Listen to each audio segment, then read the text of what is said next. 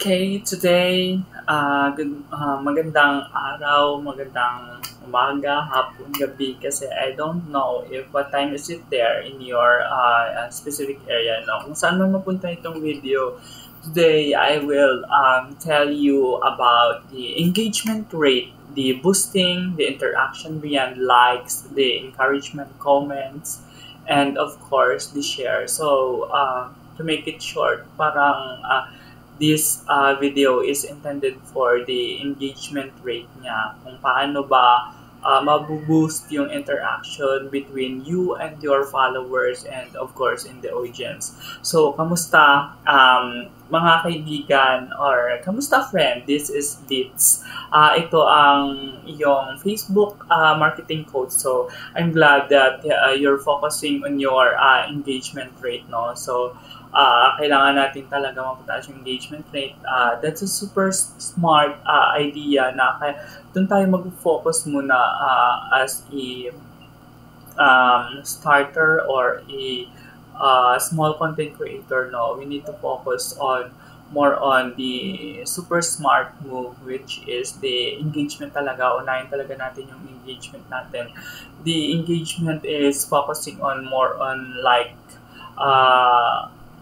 maraming like, maraming comments, tsaka content na genuine comments ng mga visible followers nyo. So, ang goal natin ay of course is to boost the interaction. Hindi lang sa maraming likes, encouragement ng mga comments, tsaka pag-share. Kailangan din natin talaga malaman kung ano nga ba talaga ang maidulot nito sa ating content if ever that we are doing the proper engagement. So, welcome to engagement zone, mga kaibigan. So, let's tackle this idea. Okay, so bakit nga ba importante ang comment at share? Bakit nga ba? Bakit nga ba sila importante? So, imagine you're talking to someone. Mas gusto mo yung kausap ka talaga, di ba? Mas gusto mo yung nakakasalamuha ka talaga that tawag dito, intindi sila sa'yo, nakakapag-interact ka ng mabuti. Di man, importante yon, tsaka engaging sa part ng content creator. Hindi lang basta nakangiti, hindi lang basta nakapag-emote, hindi lang basta nakapag-like. When people comment, it means that they're thinking about that you posted and they have something to say. Parang nahatak mo yung idea or gusto nila. When they share, it means that they believe your content is valuable enough for their own network. Meaning kasi kapag na-share nila, parang, ay, nakuha niya. Parang, ito yung idea ko, so I need to share it too. Parang ganon.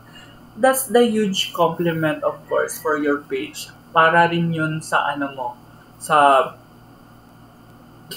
sa bahay mo na, of course, the engagement is boosted. Tsaka, alam ng mga followers mo na yun yung talagang kailangan kanilang i-follow because you're in the context of maganda yung content na ginagawa mo at saka related sila doon. Mas mataas ang engagement means ito yung kahulugan niya why engagement is very important as a core value or as a core what do you call this activity na ginagawa ng isang content creator. Number one is mas malaking reach. Meaning to say, when people comment and share, mas malaki ang chance na makikita ng ibang tao ang post mo sa newsfeeds nila.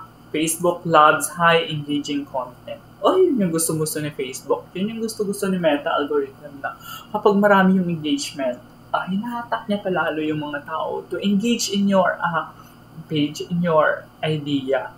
Para naman, parang pinabalik niya yung favor na you are engaged, your engagement is high, and you engage more people. Pag binabalik niya sa iyo, binabato niya sa mas maraming tao. Number 2 is mas matibay na komunidad. It means that nagiging conversational ang page mo, hindi lang broadcast. It's more on commensalism purposes or commensalism efforts. Means that you give out your ideas and your content, and the people will critics or will have something to say about you, and then you communicate. That's the start of the proper engagement, which we're in the communication is transparent. So, number three is mas maraming insight. Malalaman mo kung ano pang nagre-resonate sa audience mo. Meaning to say, you have a lot of ideas to come up with given that they have the idea that fits you. So, you will have the structural or the historical data of the context na, oh, ito mas engaging ito. So, I need to post more about it. So, let's turn your Facebook page or your Facebook bahay into more engagement magnet. So, let's talk about the core principles of a super engaged audience, mga laging tatandaan. Bago tayo mag-dive in sa specific tactics, tandaan mo na ang tatlong basic na ito. Number one, be authentic and relatable. Meaning to say, totoo ka lang. Totoo ka sa mga followers mo. It's like, I would like to admit na, of course, I have a guide here. I craft this guide for me to be able to express, to share with you, of course, the basic knowledge. Since I am not that expert enough, no, so I need this to craft something prior to recording. So, it says that be authentic and relatable. Totoo ka lang. Dapat nakaka-relate yung mga followers mo, nakaka-relate yung mga tao sa kung ano yung ginagawa mo. It means that people connect with real people, not robots, hindi bot. Hindi mga robots lang, hindi mga artificial intelligence. People-to-people interaction is yung sinasabi dito. It shows your personality, share your stories, be honest. Mas madali mag-comment sa content na random nila na galing sa tunay na tao. Hindi sa robot or AI-generated na auto-comment. Ganyan. Kasi maraming ganun naglipa na yung mga ganun. So, it's more important to be realistic and be honest with yourself. That's the number one core principles so for super engaged audience. Number two is value first always. Ano ang mapapala nila?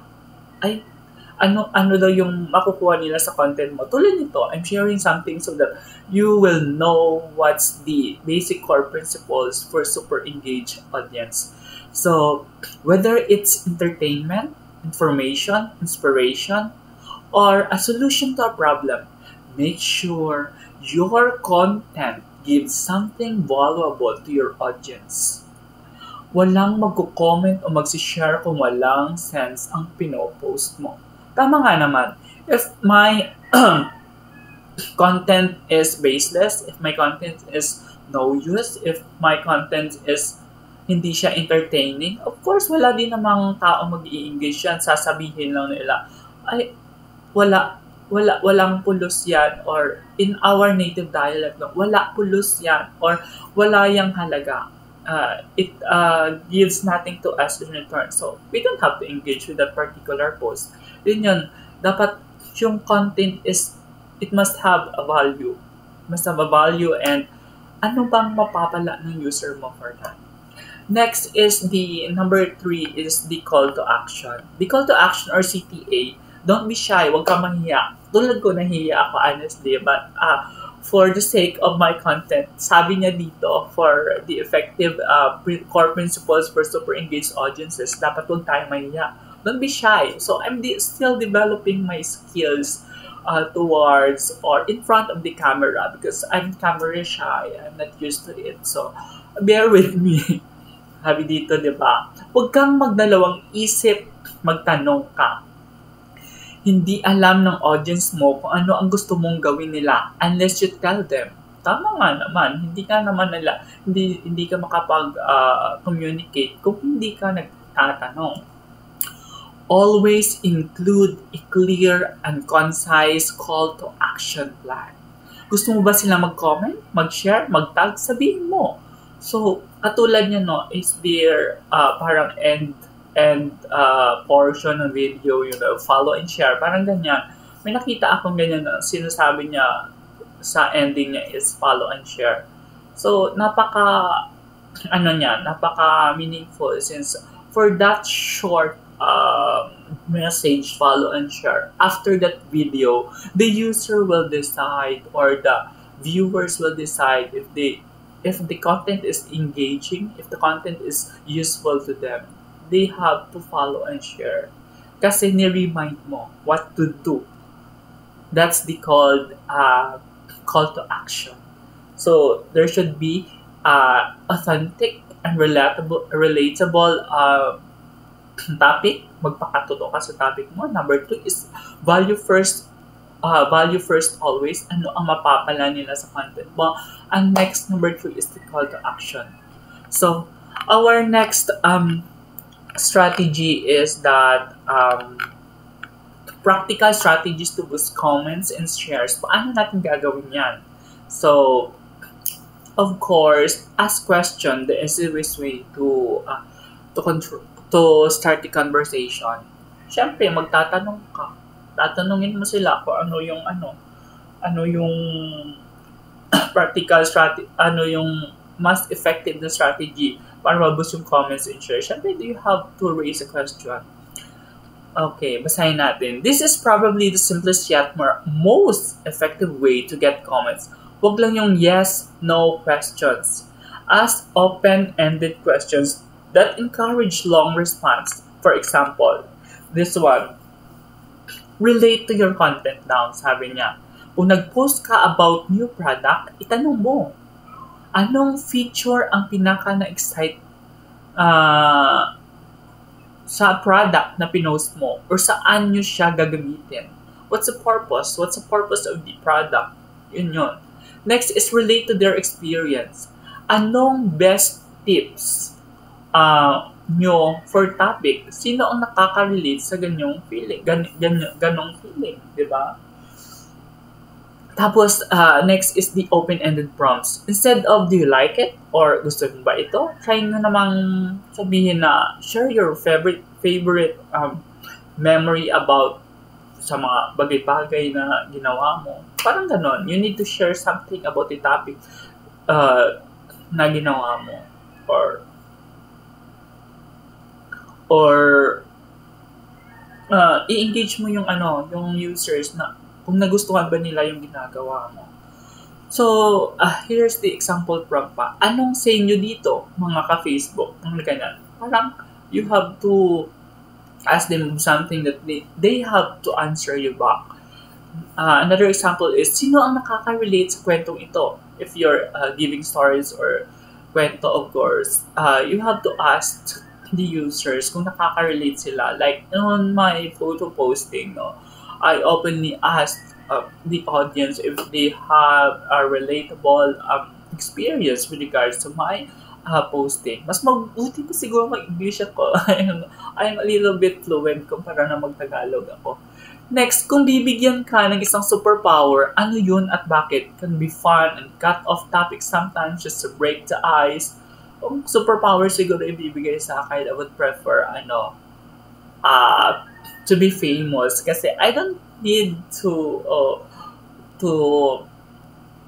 grind to be able for me to boost my social media presence. My followers will follow me kasi my superpower is I'm already famous, so a lot of people followed me. Yeah, parang ganon. Okay. Next strategy daw for engagement rate boosting is run a polls or quizzes, fun, interactive. Parang ganon. Example is this or that question. Simple, quick to answer, coffee or tea, mga ganyan. You have to pose an idea, coffee or tea, ducks or jutes, parang ganyan. To question, beach or mountain, there are choices that the opposite sides of the certain particular topic na kailangan mo tanong sa kanila so they can answer. If they love coffee, they prefer coffee, they comment coffee. If they love tea, otherwise they will comment on this T. Next is for the fun interactive naman na feature is product preferences. Anong kulay ang mas gusto nyo? A or B? Pink or red? Blue or black? Knowledge check.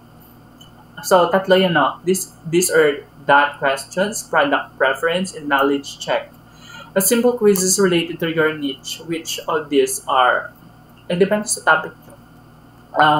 Knowledge check. So, for this particular content is for boosting interaction. So, knowledge check, for me, my knowledge about the boosting and interaction is like, maliit na lang since I'm starting to grow pa lang. I'm still learning, of course. So, parang ganyan pa lang sa akin. I don't know if the listener or the viewers of this video is mataas na kanilang knowledge with regards to the topic engagement engagement in boosting literacy. Next is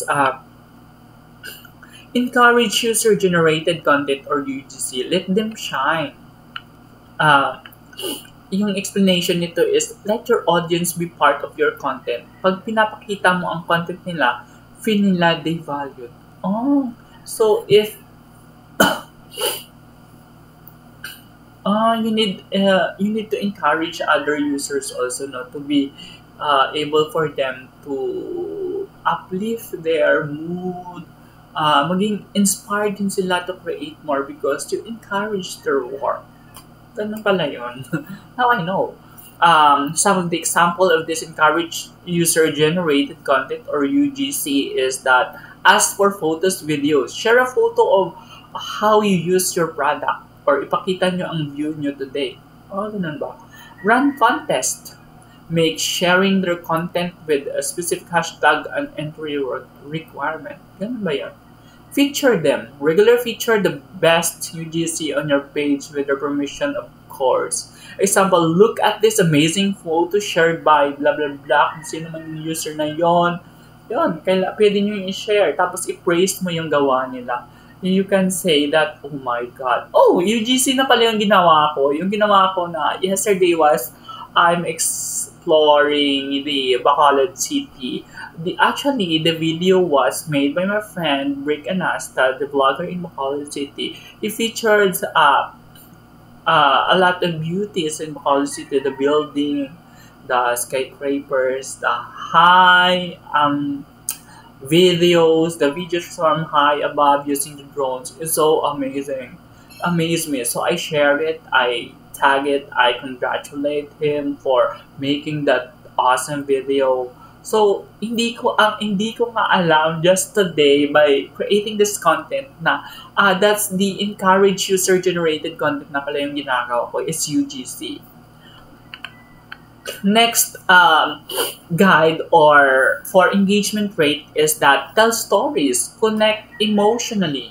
Kailangan mo daw gumawa ng istorya para yung tao ay makarelate sa'yo. So stories are powerful, no? They make your content relatable and memorable. So ako ang story ko as pagiging ganito. So it's nothing new to everyone that I am like this, diba? It's not new to them that I'm sassy. No, I'm not sassy. I'm just girly. I'm feminine and of course, you know that already. I'm ganon. So, next, going back to the topic, it says that tell stories, connect emotionally. Shit. No cut to ha. Again, tell stories, connect emotionally. Yun. I did it. So, stories are powerful daw. So, to tell stories, you need at least personal anecdotes. Ano nga ba itong personal anecdotes? Bago sa akin to eh. It says that share a personal story related to your business or a lesson you learned. Ano nga ba yung I don't have a business din naman. A lesson you learned. I learned a lesson from playing scatter that you always lose.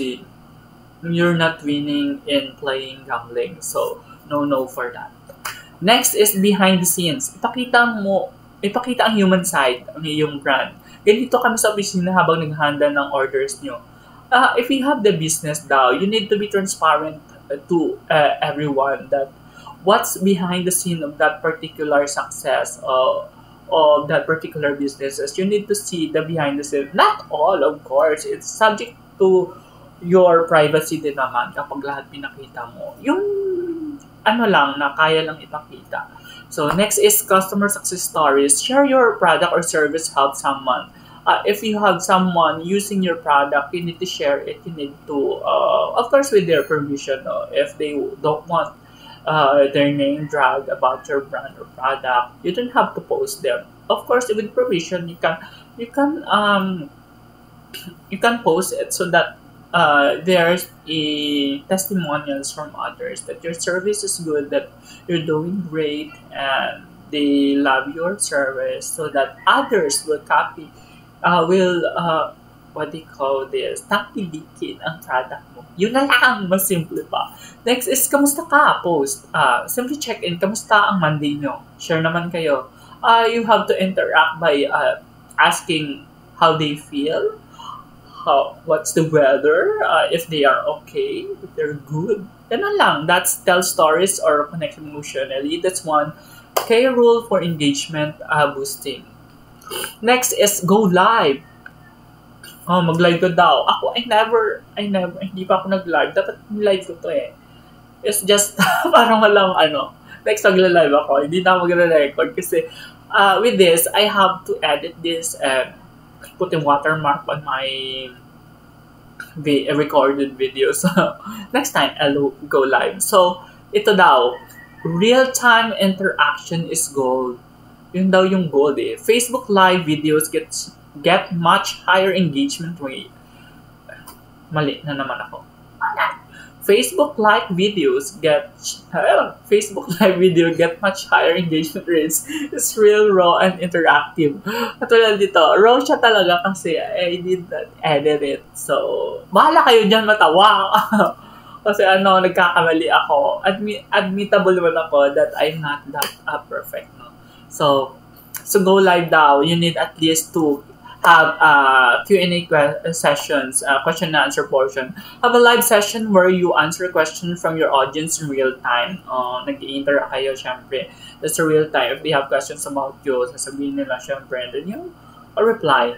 Product demos and tutorials. Via live, you do product demos and tutorials. Show them how to use something and let them question. So, sa atin kasi as content creator, we have this feature na meron na tayong affiliate sa Shopee, no? They have the product there. You can order something and then you demo it online. You demonstrate or do a tutorial how to use it and how to order, ganyan. Bahala ka na. Paano ka gumawa ng tutorials, no? Katulad itong ginagawa ko, this is tutorial on how an engagement rate boost interaction beyond likes and encouragement. Ito yung ginagawa ko.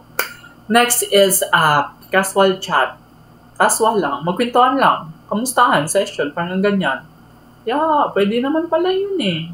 You have to do something na nagre-reply lang tulad ng ginagawa kay Ate Josephine. No? I replied for a comment and she replied. Baka ginawa namin chat box yung isang post ko, which is engagement. Oh, yeah, that's interaction. So, why not? Basta wag lang magiging parang spammy siya, paulit-ulit. Next guide or next tools for engagement boosting is that respond to every comment. Show you care. This is crucial. If someone takes the time to comment, acknowledge it. Encourage more comments. Be quick. Dapat daw, bilisan mo. Mag-reply ka kaagad. Try to reply as soon as you can. Be personal. Address them by name. Ask to follow-up questions. Don't just give generic things replies. Dapat genuine yung reply mo. Madam Ana, ganito, ganyan, salamat. Use emojis. Make your replies friendly and approachable. Kailangan mo maglagay ng emoji first to express the feelings that, oh my God, ang content creator na yon ay napakabait. Kahit hindi pa ako sikat, nag-comment siya sa akin. Parang ganyan.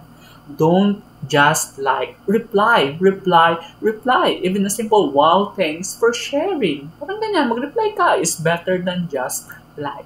You need to reply. Proper engagement is the key talaga para lumago yung page natin. Konti pa lang followers natin, kaya dami natin. So, next tools is that for boosting interaction, next tools is create shareable content. Make them evangelists. Ang ibig sabihin na ito? Think about what people naturally want to share with their friends and family. This, mag-create ka daw ng engaging content na kung saan pwede nilang i-share sa family nila. Number 1 is inspirational quotes graphics. Lalo na kung may magandang design. Madali i-share para mag-inspire din ng iba. Oo, kailangan mo yon. Inspirational quotes. Meron na tayo yan. Informative tips. How to or mga how-tos. Content that solve a problem or teaches something useful. Example is 5 ways to save money this month or quick steps to fix any issues in households. Pwede yun. Humorous memes or GIF. It is funny and relatable. It will spread like wildfire. Make sure it aligns with your brand's voice. Parang ganun siya. Kailangan daw gumawa ng mga memes na funny and relatable. Thought-provoking questions. Something that makes people pause and think. Then, they want to discuss with others. Para mapapaisip sila. Next is tag a friend. Tag someone who needs to see this or tag your best friend who always does something related to your post. So, kailangan mo pala gumawa ng post related to someone. So, if you have to make or to generate a post or something content, the image post, you have to relate it to somebody so that you can have someone to tag along, to tag them in that particular post. Parang nababagay ito sa kanya, so I need to tag him. Pag-tag mo ng ganyan, oh, it's me. Next is run contests and giveaways, the classic engagement booster. This is a surefire way to get a lot of likes, comments, and share. But make sure the prize is relevant to your audience para hindi lang prize hunters ang mga engage. Dapat kasi alam mo yung mechanics. So, the entry mechanics must be defined. Like this post, comment your answer to questions, blah, blah, blah, and share this post to your wall and tag 3 friends. Parang ganun. So that marami kang, may mechanics ka para at least they can join the raffle, ganyan. Kunwari, pag nagawa nila yung mechanics, you can list them in the raffle and then you spin. Parang ganyan ginagawa ng iba. Use eye-catching visuals. Huwag maging boring. Dapat daw, your visuals are very first thing people see. Yun yung visuals daw ay yung mag-a-attract sa mga tao. So, make it eye-catching. Tsaka, gandaan mo yung yung layouts mo. High-quality photos and videos. It means that it's clear, well-lit, hayag daw, and relevant to your content. The infographics, nalagay din to. If you have a lot of info, present it visually in an mali na naman ko. Sa infographics daw, if you have a lot of information, present it visually with an easy to digest infographics. Parang mabilis nila maiintindihan daw. Hindi katulad ko na laging nagkakamali. Utal-utal pa. And another one for eye-catching visuals is the carousel post. Use multiple images to tell story or show different angles. Design matters daw. Hindi kailangan ng mahal designer, may mga free tools like Canva and pwede mo magamit. Free sa akin, pero the AI is expensive. Ang dami naman neto. We're close to second to the last na. So, monitoring and adjusting. Sukat-sukat din pag may time, sabi niya, magsukat din. Measure daw, tapos i-monitor. Hindi lang basta post ng post, friend. Kailangan mo ring i-check kung ano ang gumagana at ano ang hindi. You need to, of course, based on your historical data you need to check, of course, what's effective and what's not. And of course, you need to focus on the effective method to use for proper engagement, boosting, and interaction. So, dito, check Facebook Insights. Your page insights will show you which post got most comment and shares. Siyempre, pakikita naman natin every after posting ng ating content na red. After a minute or an hour, there's an insight there sa baba kung engaging ba yung content mo. Siyempre, malaki yung mga numbers na nagre-reflect. If it's not, siyempre, wag mo nang ituloy. You need to focus on another niche or another topic wherein your insight will grow. Next, analyze. Analyze daw. Sa monitoring daw, hindi lang Facebook check-in insight lang ang tinitira mo. You need to analyze. It means that bakit kaya mas mataas engagement ng post na ito kaysa sa isa? You need to analyze. You need to compare both of them and differentiate what's the difference. Bakit siya mas malakas ang topic? Kasi etong content na to is sinishare ko maraming ads. It's because this content is boring. Parang ganon. You need, of course, to analyze in between which is effective and not. A and B test. Try different types of content question or CTAs. Tingnan mo kung ano ang mas maganda ang performance. Yun yung sinabi ko kanina. Okay, next is in monitoring and adjusting the content. Don't be afraid to experiment. Hindi lang lahat ng strategy ay gaganaan agad. Keep trying different things until you find your sweet spot. Okay? Ganun ba? That's what I'm trying, no? I'm experimenting something on which topic should I post. Okay, this is my the last words na now. This is the final words of wisdom, no? Remember, building a high engagement community takes time and consistent effort. Hindi ito overnight. So, hindi siya nagaganap na overnight lang. It's not instant. Sabi dito is consistency is the key. Regular posting keeps your audience engaged and expect your content. Be patient. Don't get discouraged if not every post gets tons of comments and shares. Keep going. So, consistent ka lang daw. Tapos be patient ka kasi maybe not now, maybe soon, your content will be visible to others. At malay mo, mag-million views ka. Hindi mo lang alam. Your effort today will have a significant impact on the future. Next is love your audience. Treat your audience like friends, value their input, respond to them, and give them reasons to keep coming back. Dapat kasi napaka-bottom line talaga dito is yung attitude mo talaga towards your audience, no? Kung may question ka pa or gusto mong i-review natin ang post mo, kailangan mong mag-comment dito. Kasi I'm not that expert, but we can evaluate your social media presence based on your content. Ito yung pinaka-last dito is we have this analytics, the analyzation data of your content, of your page, whereas we can have statistics of data wherein we can work on with the areas of improvements with regards to your with your page. Yun lang yun. So, kailangan natin gumawa ng action plan and strategy para at least hindi tayo magiging behind sa kabiasnan. We need to update our skills, of course. I'm not here because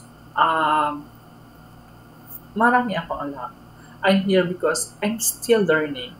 I need to make this content for me, to be able for me to learn something and to apply it in my page because baguhan pa lang. I'm new.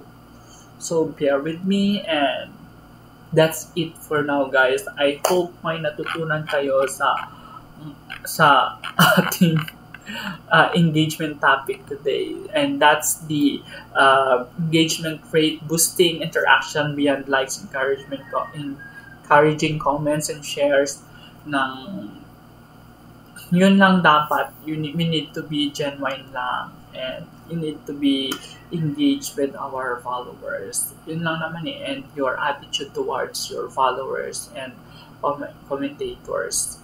how to deal with them, your attitude in dealing with them, napaka-importante yun. So, you need at least to be genuine with yourself when dealing someone in social media, be it good or bad. You don't care. Just keep on pushing on how to improve yourself because the world is round. We're here at the bottom, but maybe soon we're on to the top. That's it for now, guys. I hope you learned something. Content na to! Bye-bye.